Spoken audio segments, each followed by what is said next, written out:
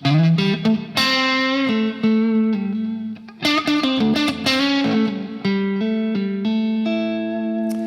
friend, how's it going? Thomas Decker here from guitarrevolution.ca. Have you ever had a chance to make your own solo? What about record a solo? Do you know where to start? This video here is gonna help you to build a solo, okay?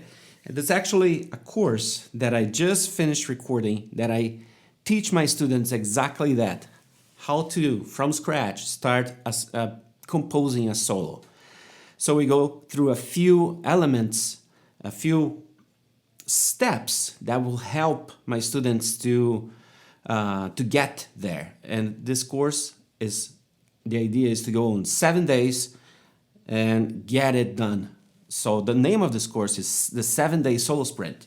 In 7 days, we each day go through these important steps, and I'm gonna go over them here with you.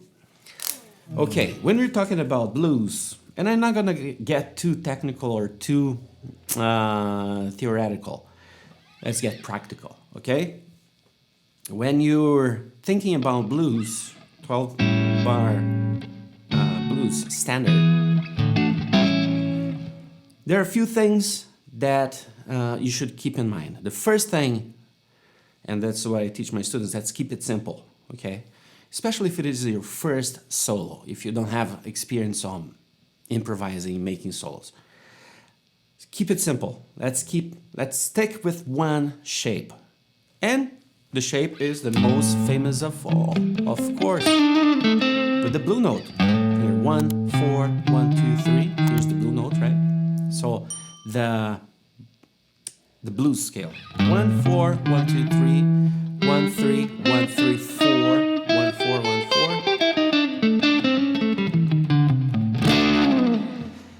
And let's, from there, learn the scale. Not learn the shape, but actually learn the notes. Not the name, but the feeling each note will bring when you're soloing over a backing track. So I'm gonna put a backing track here. We're gonna exercise here a bit, okay? And I'm gonna just play this backing track over this pentatonic here, the blues scale. And we're gonna notice there are a few notes that fit very well. The other notes not so well. So here we go. You get the backing track here.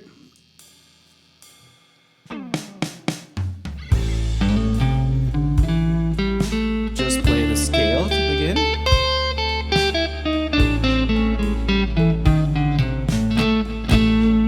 Okay, this is a good note, this is a good note, and this is a good note, because these are the root, okay? So these are safe notes for you to learn. This kind of needs you to move on. Same here, blue note. Oh, this is a good one. This is okay. This is the octave, so it's of course good. Now this, it's good if you do this. Raise half step. Now here, needs to move on. Blue note, no, don't stop there. This is a good one. This is okay. And this is, of course, the root. Now this is the minor third. If you bring half step, that's good. Simple like that. Play over the backing track, feeling each note, what brings, like stability or tension, rest or tension, right? I think that's the term, rest or tension. Then after that, you're gonna see that within the pentatonic, there are a few notes that match perfectly with the chords. Let's say we have the chord here, 3 notes, right? Oh, it's blues, so 4 notes. And the pentatonics we're playing 5 notes. Penna means 5, so I have 5 notes playing over 4. Let's keep it simple, let's keep it 3. Okay, 3 notes of the pentatonic will match perfectly with the notes of the chords. Where are they? You need to find them. Because once you find them and intentionally you hit those notes in the end of every single phrase you play, it will sound like $1,000,000. Doesn't matter what's between. Well, it does. I mean, it will sound good as long as you and on the anchor notes, the sweet notes, as I call there. So again, backing track. We already established this, and this as good notes, right? We're gonna see that this is a good note because it's part of the chord, right?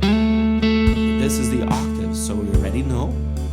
Now, when you're playing a blues, you're playing a major chord, but a minor scale. So that's why I'm saying raise this, and you're gonna have a good note to land, as well as here, as well as here. These are the sweet notes. Whatever I play in between.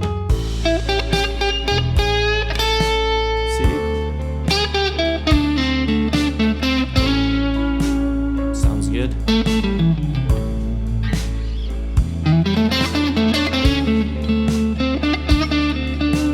Tension, right?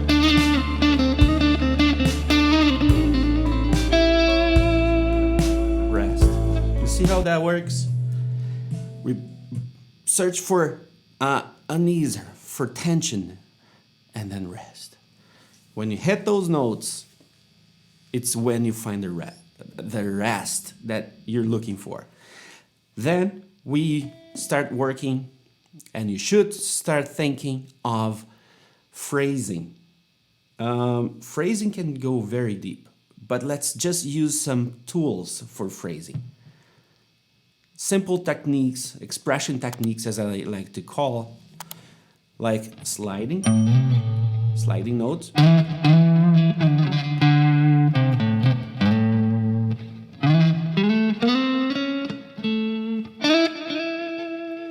Doesn't matter, as long as you're doing inside the scale, you're gonna feel like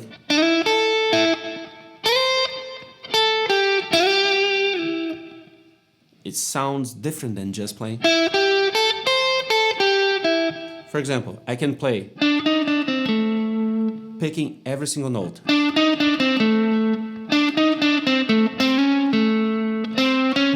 Here, very, very stiff. Picking every single note. I can do sliding. You see that? Right?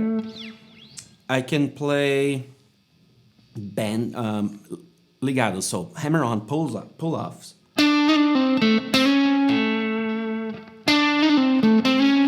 You hear how that sounds different then?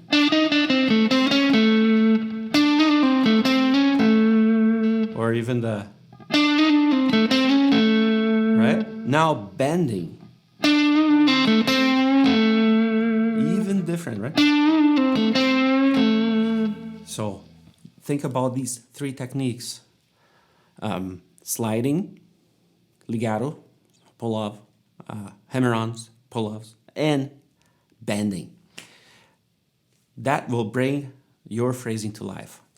Another thing that you should constantly be thinking of, and I work on day 4 with my students, is groove and timing. A lot of times when you're soloing, you have a great phrasing going on your head, but when you actually play in the context of a band, it will not sound good because you're not linked, not locked in with the groove. So that's an important thing to keep in mind. So one thing that really, really helps is tap your foot when you're playing. Just with that, you're gonna feel like with the click, right, or the drum beat, that will lock in. So it's a very, very important thing for you to keep in mind. Always look for the groove. You want to be with it, okay? Or else, doesn't matter, I can play every note correctly. But if your time is afloat, if your time is like just floating there, it will not sound good. It will not feel good. It's like, yeah, it's sounding right, but it doesn't feel good, right? Two different things, sound right and feel good. You want to do both. So, groove and timing, lock in the pocket with confidence, right? There are a few exercises I go with my students there. On day 5, there's the melodic storytelling. When you actually make your guitar tell stories, you're playing more than just scales, but you're actually telling a story. So there's different ways you can do that. One is getting a motif, getting a rhythmic cell, recognizable, recognized as a music idea. For example, ta-da-da-dum, pa-da-da-dum, right? Ta-da-da-dum, ta-da-da-dum, that's the motif of the fifth symphony.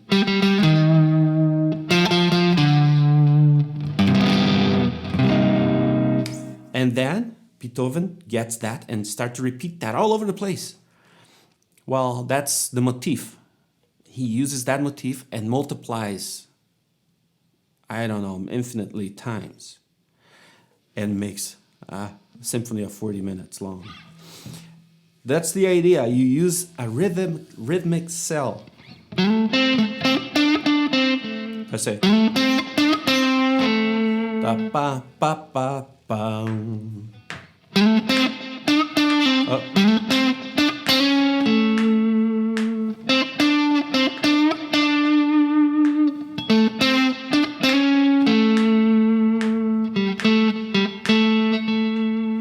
And move on.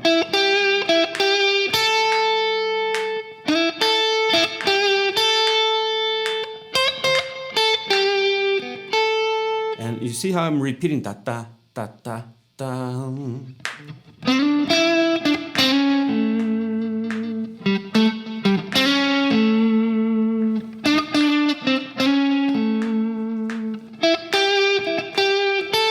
Right? I'm just moving around. I can start lower.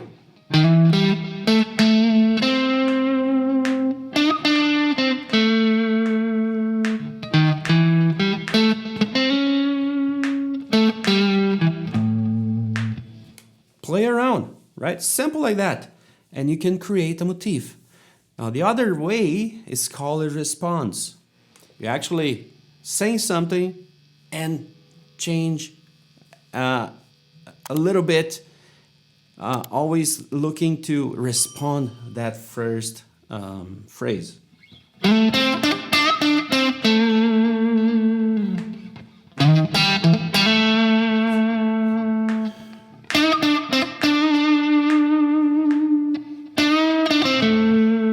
See how I'm throwing something there and then I'm responding. I'm throwing something there and I'm responding. It gives a different feel. It's not so tied together with the rhythmic part, but the feeling, right? You have a question and then you answer. And then on the day 6, what I do with my students, what you should do, it's actually get all this put together to create a solo, 12-bar solo. Get all these elements sticking with the pentatonic shape, the blues scale, getting to know those notes, what feeling those notes bring, stability or rest or tension, right? Always targeting the sweet notes, phrasing, right? Moving, using those techniques that we mentioned here, that's sliding, hammer on, pull off, and bending. Playing in the pocket, grooving with the backing track, giving space for that to, breathe, so you're not always constantly on the face. And melodic storytelling with motifs and response, call and response. So that, it's like 5 awesome tools for you to build a solo. And this is my invitation for you. The 7th day, actually, we performed that. My students are invited to polish, make sure all the edges are smooth, right? Make sure everything is, all the T's are crossed, all the I's are dotted. Meaning going through those 5 tools, making sure you're going and doing all those things. On day 6, we compose. Day 7, we polish and we record. So I have students that for the first time are actually recording a solo. Isn't that exciting? Well, I want to invite you too. If you want to do that, if you want to, yes, I want to record my solo. I want to compose a solo, write a solo. Here's my invitation. Just click on the link below and you'll see more about that, how we go through the course, what's in it, what you're getting, and all that. But you're my guest to join me. And, for the first time, maybe after years or even decades, you've been stuck playing or trying to create solos, but always in a rut, not knowing what to do next. This course will guide you through step by step, one day after the other, building one win on top of the other. So in the end, you can record your first solo. So awesome. Anyways, thank you so much. Click the link below, take a look, right? At least be curious to see that. It would be awesome to have you there. Thank you so much for watching this video, spending this time here with me. I hope to see you in the next one. I hope to see you inside. See you then.